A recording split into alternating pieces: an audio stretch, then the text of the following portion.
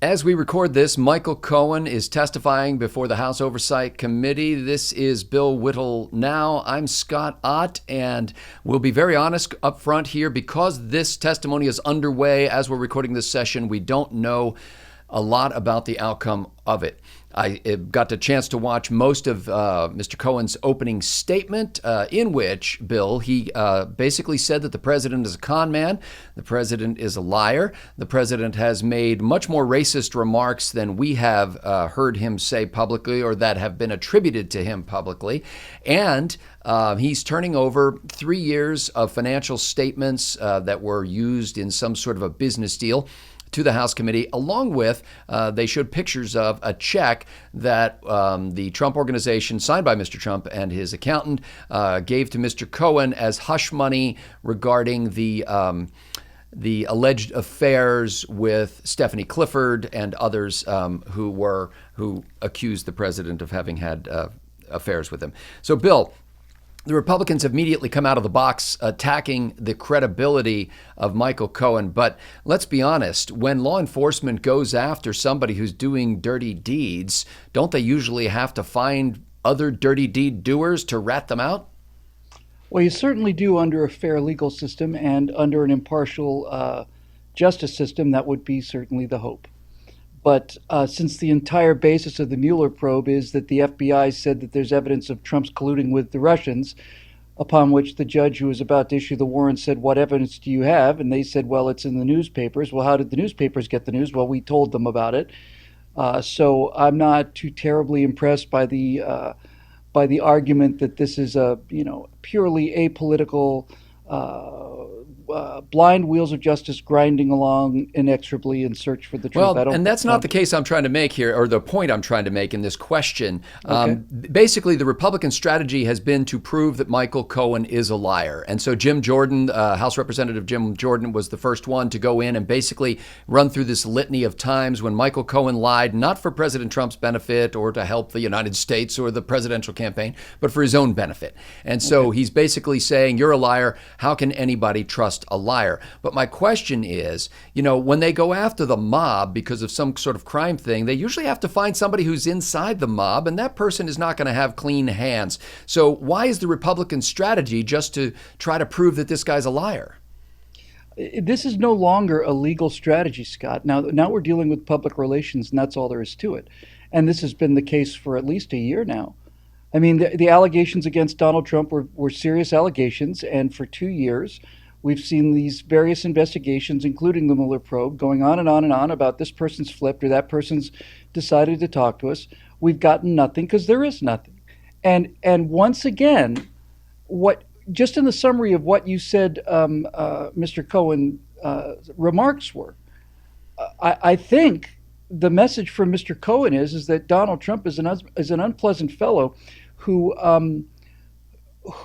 does not perform gracefully under pressure. Well, he went beyond that, but I will tell you, and to your point, he says that he has no direct evidence that that collusion with the Russians was involved, and he's very clear about this in his statement. In fact, Debbie Wasserman Schultz, the representative from Florida who used to run the DNC, was probing him on that particular point, and Cohen basically said, no, I know that Roger Stone told President Trump about the WikiLeaks document dump that was coming, but there's no evidence that Trump knew what was going to be in the dump. However, he was celebrating the fact that the dump was coming. Cohen is basically saying, yes, President Trump is the kind of guy who would do anything to win, but I don't really know that he was involved in collusion with the Russians. What I do know that he was involved with was paying hush money to these people, these porn stars, or at least one porn star, and that is a violation of campaign finance law, which is the specific legal breach that I've been able to pick up so far from the testimony. If I were Shakespeare, I would look at this situation in a Shakespearean way, and I think I would call this play Much Ado About Nothing. And I don't know what else to say about it. It seems like every week we're confronted with a new set of accusations by either the same old cast or the new cast that are talking about behavior that many people would consider inappropriate. I suppose it is possible that there might be a campaign violation there, although I also suspect that if this were the case, we would have heard about it a long time ago. I think what's going on is what's been going on since the beginning. It is just a continuous effort to try and convince the American people that Donald Trump is not a nice guy. And the shocking thing for the Democrats, and this is the lesson that they never learn, which is why they're going to get walloped in 2020 unless something significantly changes, is that the more of this they do, the more support Donald Trump gets, not just from his base. The people that can't stand Donald Trump can't stand Donald Trump. They don't need this evidence to hate Donald Trump. They hate him for a number of reasons, and they're not going to change. Likewise, the people that support Donald Trump, we're not clutching at our pearls, Scott, and getting the vapors to hear that money may have been paid to Stormy Daniels or whomever. I feel a little better about that than I do about the president having, the organs of government protect his relationship with Marilyn Monroe, for example. But this doesn't precisely knock me off my perch. And to be honest with you, there is another story out there, along with Much Ado About Nothing, and it's the story about the boy who cried, collusion. And the story is there's a little boy who is out into the woods, and he imagines he sees a collusion of evidence with the Russians to bring down the king. So he shouts out collusion at the top of his lungs, and everybody comes running. And then turns out there is no collusion, so everybody goes back home. And he comes out, does it again, shouts collusion, and then everybody goes home. And one of these days he's going to shout collusion, and maybe there will be real collusion. No one's going to come because he's used this sad excuse for attention before. Every time we come up with one of these episodes about the latest revelations about Donald Trump and how the Democrats are sure this is the one that they've got him on, I sit here, because I never know what the question's going to be, I sit here thinking, okay, well, is this going to be the actual smoking gun? And it's like, no, there is no smoking gun. The gun wasn't fired, apparently. And it not only discredits them politically, it discredits them morally. You can only say we've got him so many times before people start to think, well, since you haven't had him all these times you said you did, maybe he didn't do anything. Well, in particular on the Russia issue, let me tell you what Cohen said. And again, I'm paraphrasing from having just watched his opening statement and the first few questions of the testimony, just for the sake of our viewers so they understand my perspective here. Mm-hmm. Basically, Michael Cohen, who's an attorney who worked for President Trump for 10 years, described himself as a fixer, said that there was this effort to get a hotel deal done in Moscow, and that President Trump stood to gain millions, if not hundreds of millions of dollars as a result of that sort of deal. Oh my God! Hold on.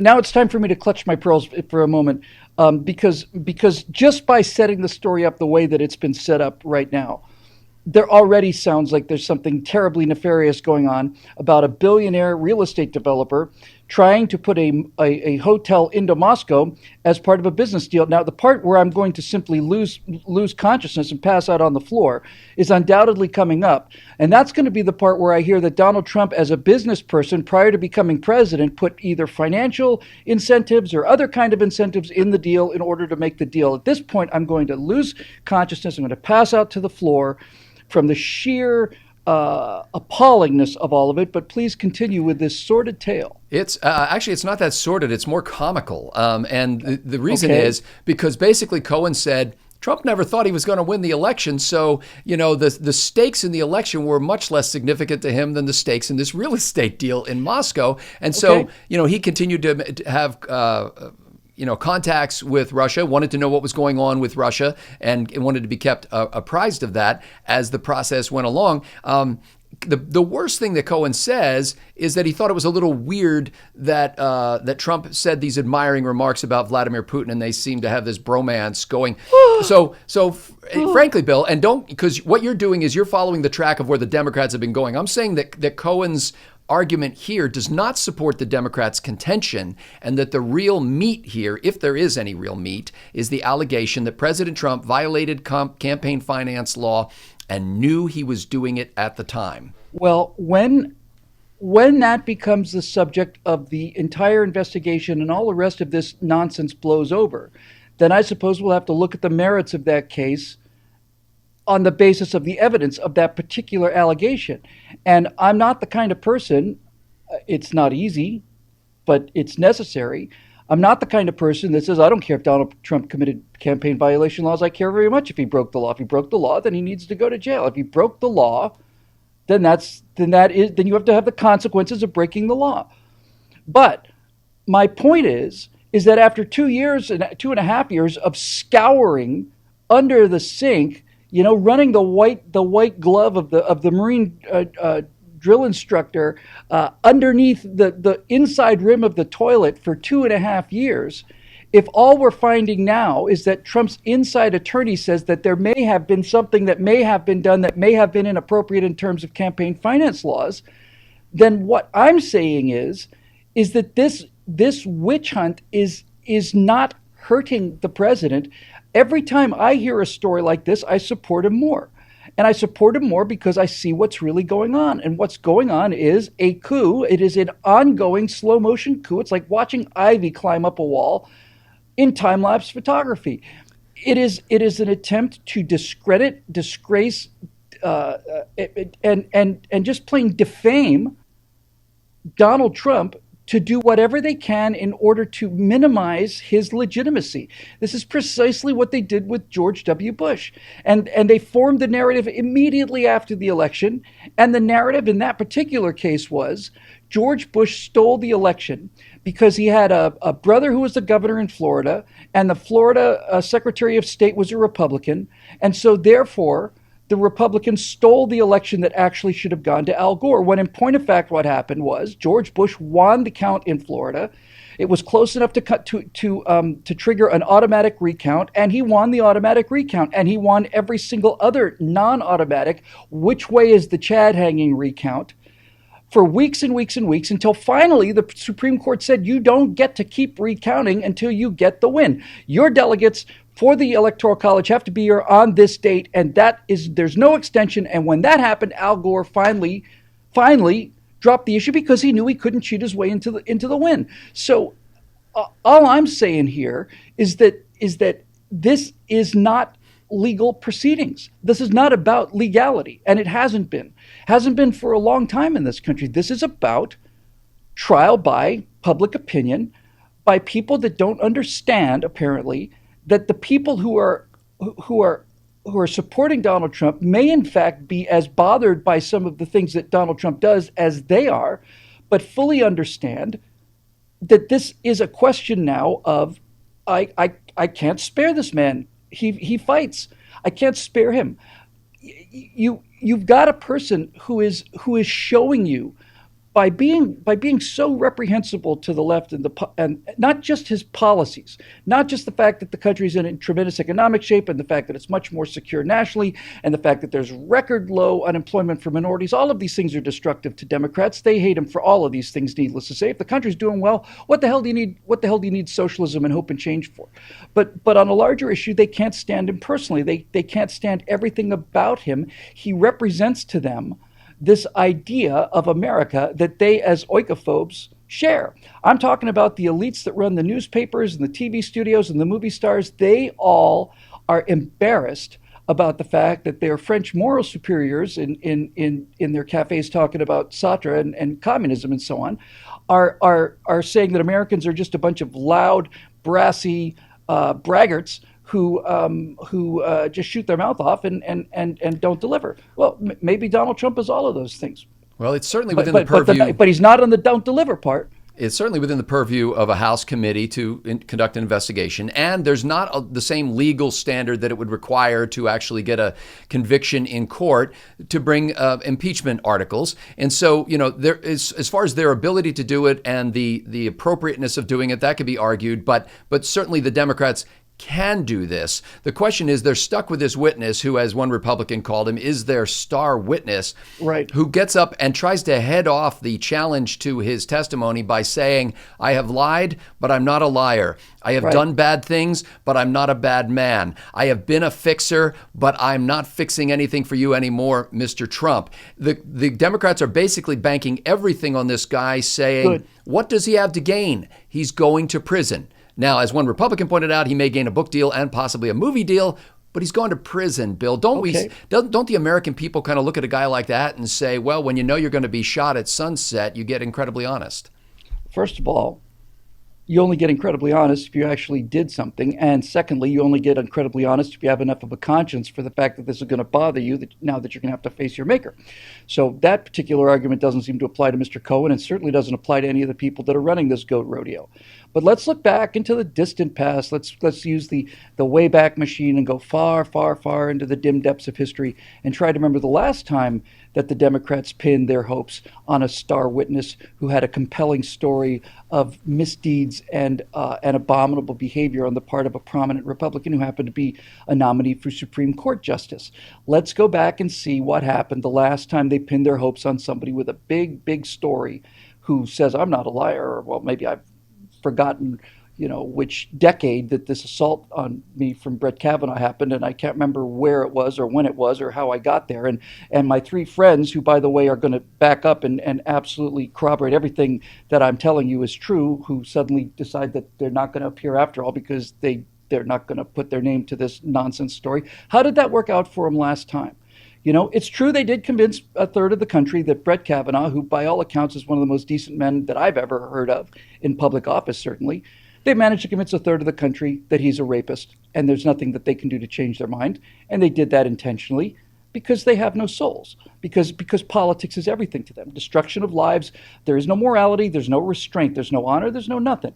They will do whatever they have to do in order to get the political power back that the American people took from them by voting for the wrong person back in 2016. So this is the reality. And when you say that the House can conduct these kind of investigations, that kind of stopped me for a second, because yes, no question that they can. There's no question that they can. But the House doesn't conduct investigations onto things like Hillary Clinton's connection with Russia and the selling of all of the uranium. And why is that? Well, because Republicans to this day still think somehow that this is some kind of a battle that's fought by actual rules and integrity and decency. And it's about time that they woke up to the fact that this is not the case. So while there are all of these investigations going into Donald Trump's presidency, a like number, or certainly in my opinion, a far greater number of investigations could have been ongoing from the first day that Barack Obama took oath of office and could have continued for the entire 8 years until the day he left the building. And we could have had investigation after investigation after investigation and could have smeared the same mud on him. But it didn't happen because Republicans feel that this kind of thing is beneath them. And it is beneath them. But the bottom line is, since it's not beneath them, what are we going to do? I say, if these are the rules that you're going to bring to the fight, then that's the rules that we're going to fight by. I'm going to bring honorable rules to the fight, but if you're going to fight dirty, then I'm going to fight dirty, because if I don't, then the forces of good will lose. And if the forces of good lose, it doesn't matter how much of your principles you stood by, you're gone. You can bend the Constitution in order to restore it. You can play dirty against a dirty opponent without become dirty yourself. It's possible. It's not easy, but it can be done. And so this constant dog and pony show, to me, not only discredits the Democrats' position, but it discredits the entire government of the United States. And this is something that is so far gone now that it is not restorable by any methods that I can imagine in terms of public relations. As it happens, 5 days a week, Bill Whittle now brings you Bill's commentary, his thoughts, his ideas, his principles on the breaking news of the day. Principles. This is made possible. That's true. I didn't mean to say that you invented those things. We should clarify that.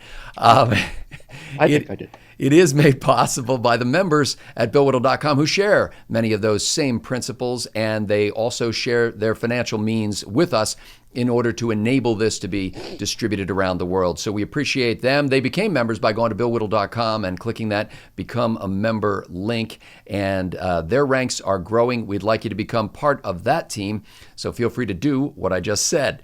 For Bill Whittle, I'm Scott Ott. Thanks to the members at BillWhittle.com for making this possible.